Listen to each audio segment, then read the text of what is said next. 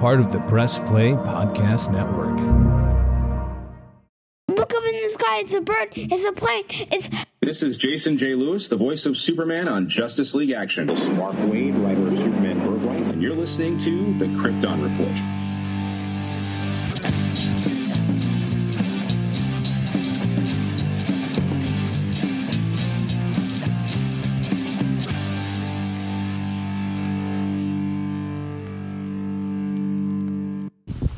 So today's episode is going to be a little bit different. It's going to be clips and snippets from my trip to Cincinnati Comic Expo, which, in my opinion, has become the best comic book con in Ohio.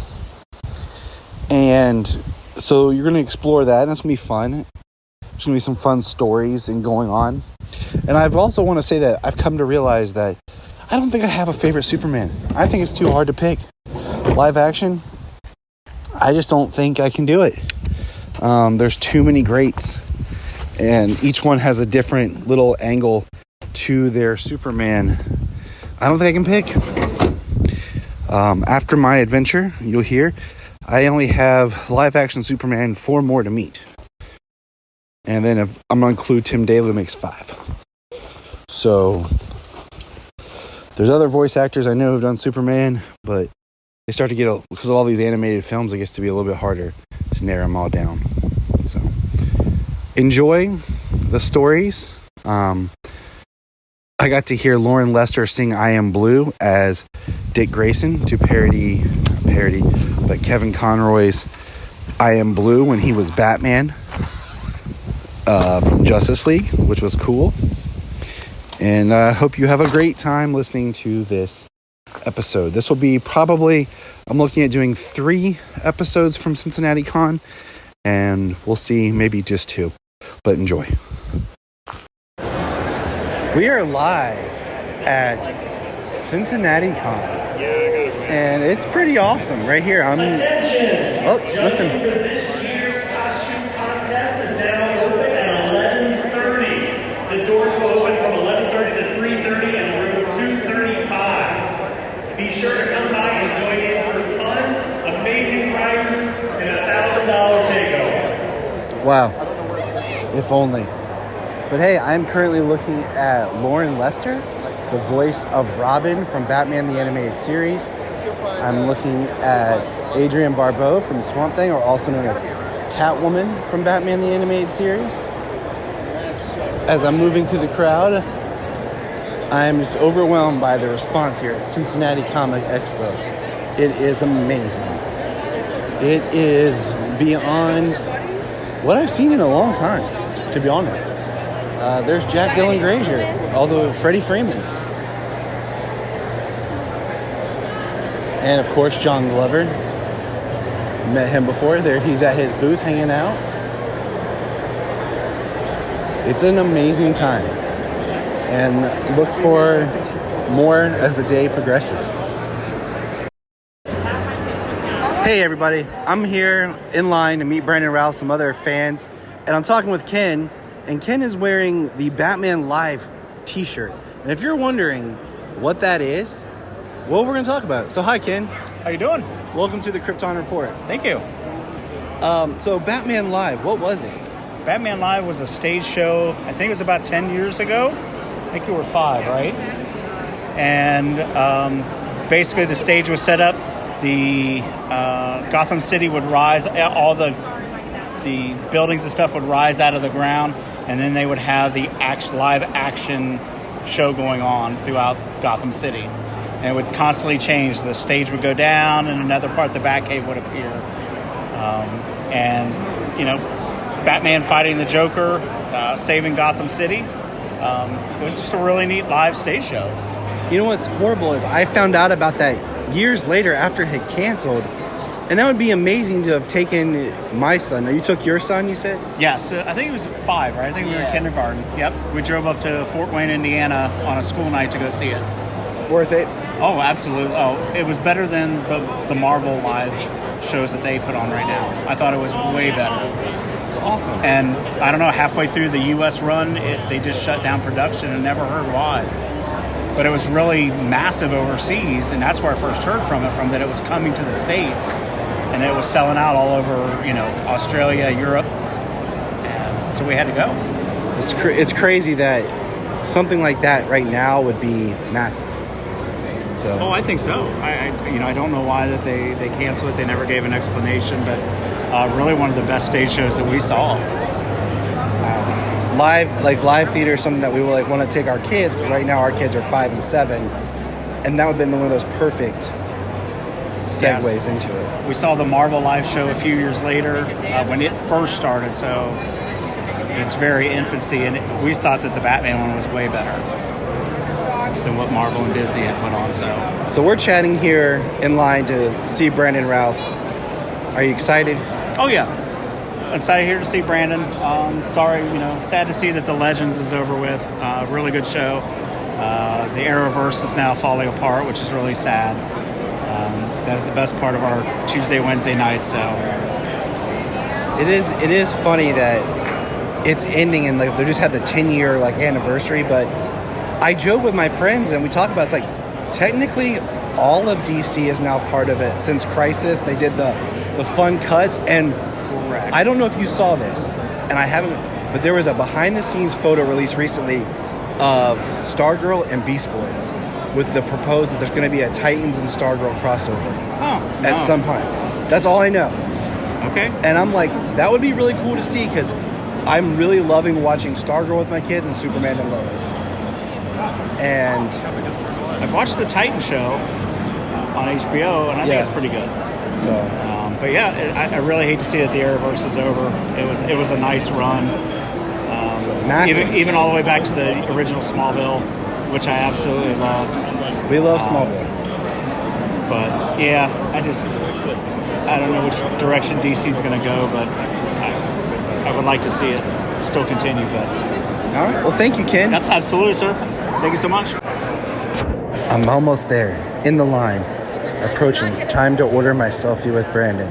Pretty excited. It's a little crazy. Hey, I just ran into a guy. What's your name, sir? My name is John Alexander. John Alexander. He has an amazing Superman costume, and I thought I'd get a quick quote for him. Sir, your boots are awesome. Thank you. We just did a whole conversation about Superman's boots, and yours are probably the best I've ever seen. These are from Heroes time, and they don't offer them anymore. Well, that's a bummer. Where did you get your suit? The suit came from Action Costumes out of Argentina, I believe. Is that they still have a website that's up? Yeah, Action Costume. All right. Well, hey, man. Good luck at the con. It looks great. Very traditional. Yeah. You have a great time. Christopher Reeve version. It's the way to go. Thank you. Thank you. So I also found Batman. Hey, Batman. How's it going? Good. Your costume is awesome. Did you put it together yourself, or did you find a place to purchase it? I put it together myself. I found a bunch of different stuff all over the place and just made it into a suit. I like it because it's of course very Christian Bale inspired, but it also feels like it has a little bit of the Arkham style mixed into it. That's what I was going for. The cowl is more Arkham Knight, and then for the eyes I added in sewing mesh. It's white sewing mesh. That way you have the white animated look of the eyes instead of painting on black makeup. I like it. I dig it. I'm very much, when I make my own type suits or costumes, even with my kids, a lot of times blending different versions and kind of finding your own. Yeah. Instead of just going for a straight replica of something. Right. So I really dig your costume. And well, thank you. Are you in the costume contest or anything? No, I've done it in years past, same suit, so I'm not doing it this year. And what was your name, sir? My name is Zian Burns. Nice to meet you, sir. Thank you. All right. Nice to meet you. So sometimes when you're at a convention, like years ago when I met Momoa, you have a fun, weird run-in. And I just met Christopher Lloyd and got a high smile wave as he was exiting, heading towards the restroom, and walked in front of me. I don't have the $175 for a photo, but I got to say hi to Doc Brown himself. It was pretty cool. Cons. Just chatted with a guy in line who his best friend worked at Lucky Strike Bar in LA with Brandon and was there when Brandon got signed to be Superman. One day you're slinging drinks, next day you're Superman. It's American dream. Sometimes the saddest thing about coming to the cons and stuff is you never have enough money. And not even enough money for all the things that you want, but things to try out from a lot of the indie creators that you don't know of or see that just looks fascinating that you wish you could check out. Fun story. There are 2 parking garages in Cincinnati with the same similar address, and I went to the wrong one and thought I lost my car. Good times, scary times. Thought I had no van. But who would want to steal my white van with Superman on it? Just got a fist bump and a chat with the legendary Lauren Lester. That's right, Robin himself. What a nice guy, and part of the Batman tapestry. It's been a very engaging and fun con, and it's amazing how many people are here from Batman the Animated Series. I know it's one of the big plugs. Kevin Conroy sadly is not here, but we have Catwoman, Poison Ivy, Riddler, and Robin. So it's amazing, and more to come. Day 1 complete of the con. It was awesome. Closed it out with a panel led by myself that will soon be up as its own episode. Look for it also on YouTube. It's going to be awesome. Got to hear some awesome stories from the Batman the Animated Series panel about, I didn't know this, that John Glover, who was the Riddler, was not the first choice. He was brought in to replace somebody. Same with Poison Ivy. Wow. But what an amazing show. What an amazing experience. What an amazing podcast. What an amazing panel. We're going to press pause and hear a few words from our other podcasts on Press Play Podcast Network. Hello, Brooks here with the Books with Brooks monthly book club podcast. Here's how Books with Brooks works. We read one book a month and then we talk about it. Classics like Stephen King's The Shining, debut novels like We Are the Brennans by Tracy Lang, and tons of other compelling, life-changing stories, one book and 1 month at a time. So come read along with us and then listen in. If you are like Tyler and James and can't get enough super talk, check out these other podcasts. Digging for Kryptonite, Supergirl Radio, The Last Sons of Krypton, the Superboy Legacy Podcast, All-Star Superfans, Superman the Animated Podcast, The Aspiring Kryptonians, Always Hold On to Smallville, Caped Wonder, The Geek of Steel, and Truth, Justice, and Hope Podcast. This is Dan Jurgens, and if you want to have a good time, keep listening to the Krypton Report. On the second half of my Cincinnati Comic experience, you're going to hear my interview with artist and writer, creator Alt Balthazar. And as you know, Solomon and I have been reading his work. It's very exciting. So listen to my live interview straight from the con floor with Art. Yeah, all good, man. Yeah, we're cool. I like that. Cool. Welcome to this special Cincinnati Con Krypton Report. It's I, your host, Tyler. And with me today is Art Balthazar. Now, I'm pumped because, as a lot of you know, Solomon and I were reading through his books, and I was using them to help Solomon read and better himself. So I'm really excited. Got an autograph. But hi, Art. Hey, man.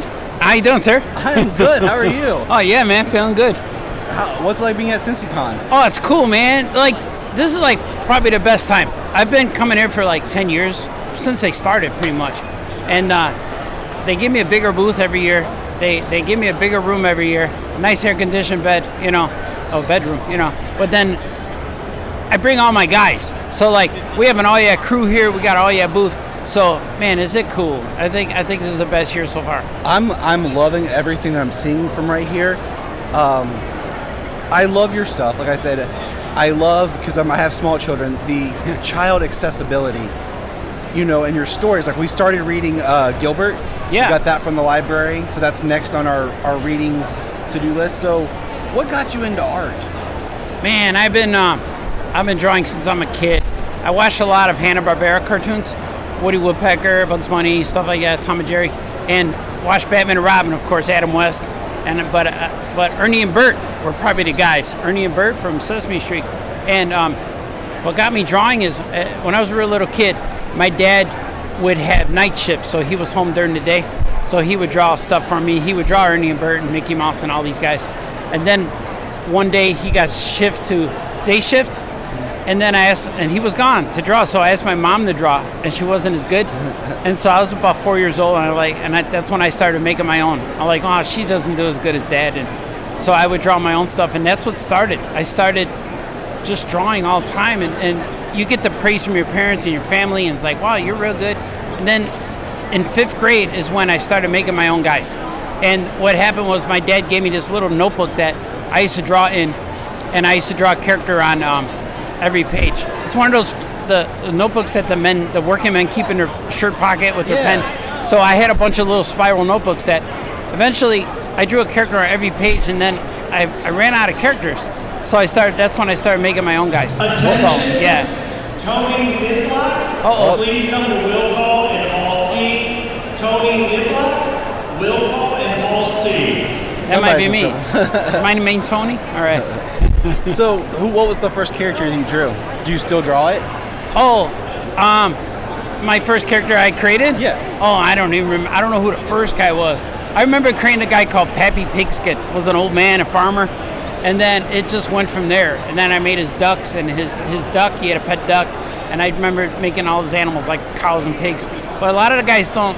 Some of the guys transfer over. I got a guy named Looney Loon that I created in 5th grade that I'm going to be launching a book later, this 2003 with him. Nice. It's going to be a one-shot, yeah. I got all the characters I wrote out. I showed my buddy Scoot.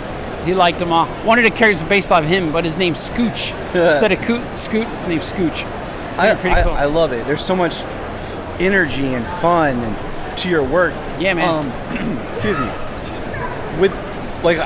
We really got into reading with the Superman family. How did that come about, doing those books? Well, Superman family started because Tiny Titans came to it was going to end. And we talked about ending Tiny Titans, and it was going to end. DC Comics wanted to end it somehow, and I asked them if we could do up to issue 50. I said, because imagine doing an epic book all the way to issue 50, and then end it at 50. Don't end it at like issue 32 or 35. Let's go 50. So the publisher at the time, Dan DiDio from DC, he said, okay, when Tiny Titans is finished, think about what you want to do next. And me and my buddy Franco, we had to come up with an idea. So I kept thinking, man, I want to do Superman. And then he says, well, pitch Superman. And I said, they'll never let us do Superman. And he goes, well, then just pitch them Superman and don't give them any other choice. So I went to the meeting. I agonized over this meeting. I had this pitch that I've been working on for months. And I went into a meeting. It took 40 seconds. My boss looked through the thing, and he goes, I said, can I have Superman? He goes, yeah, you know what you're doing. And he gave me my book back. He didn't want to keep it. He goes, nah, you're good. Just send me all this on a PDF, whatever. And so that's how it happened. And Superman family, I really wanted to do it where it's all about him and his family. Yes. So, like, I talked about Krypton and Lara, and I brought back Lara Jor-El put her in her Phantom Zone before Krypton exploded. I love that. And we pulled her out of the Phantom Zone, and that's never been done before. And there's so much stuff that's never been done before in Superman family that the main industry didn't notice, and no one was paying attention, and we did it. And I even created an idea that Brainiac is Superman's brother because they share the same father. Yes. And Brainiac's father's Jor-El, because Jor-El created the Brainiac technology. And in our universe, it's like Brainiac is like the Wi-Fi of Krypton. Like right now, Wi-Fi is everywhere. Now imagine if Wi-Fi took over and became Brainiac, and Wi-Fi is everything. Kids look at it and they steal your eyeballs and they hear your thoughts. I was talking about buying like shoes or something, and then shoe ads show up on my Facebook feed, and then my wife keeps saying, they're stealing. I was talking about this exercise equipment. And so I yelled in my phone, Linda Carter running. But I yet to see Linda Carter, one of them, whatever. Now you could edit that out. But not keeping it, it's funny. But so imagine Brainiac being the Wi-Fi and just taking over. And that's what I was really going for with the Superman family. And it got cut short We only had 12 issues, but we rewrote like 48 issues for that.